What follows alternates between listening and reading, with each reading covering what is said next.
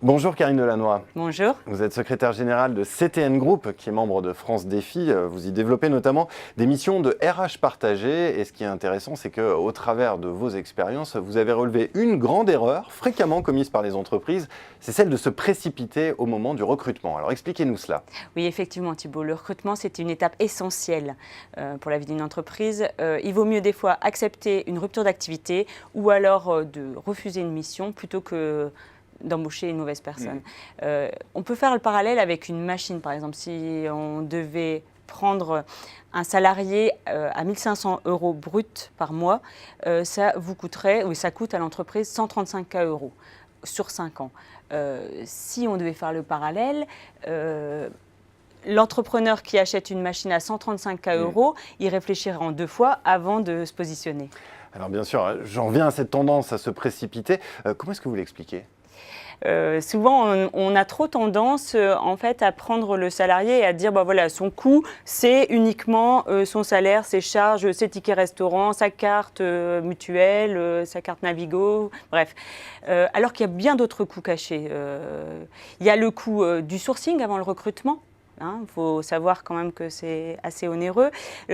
Tout ce qui est matériel, l'occupation de l'espace, en fait, l'occupation mètre carré. Bon, à Paris, c'est certainement plus cher qu'en province. La formation, ça c'est très coûteux aussi. Et l'intégration du salarié, en fait, pour qu'il soit bien dans son poste. Tout ce qui est temps passé aussi avec les autres collaborateurs, voilà. Oui, effectivement, ce sont des coûts pas forcément visibles, mais si vous le permettez, ces coûts, ils sont incontournables, quelle que soit la qualité du profil recruté et quelle que soit la manière dont se passe son intégration finalement. Oui, tout à fait. Mais si vous embauchez une mauvaise personne, c'est pas une mauvaise personne, mais il y a quand même d'autres coûts qui viennent s'ajouter. Un mauvais recrutement, ça engendre de l'absentéisme. Ça engendre aussi du désengagement, de la démotivation pour l'équipe, du temps perdu à le former alors qu'il ne reste pas, un coup de turnover. Alors là, vous recommencez le cycle du recrutement. Et puis, sans jouer les oiseaux de mauvaise augure, il y a aussi le fait que... il y a des risques qu'en partant, la personne génère un contentieux. Bien sûr, ces risques existent.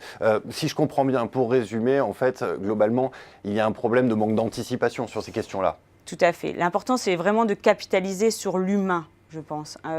Prendre le temps de mettre la bonne personne à la bonne place. Et puis, je rajouterais que seul, on va vite, mais ensemble, on va loin. Eh bien, c'est noté. Merci beaucoup, Karine Delannoy, pour cet éclairage. Merci.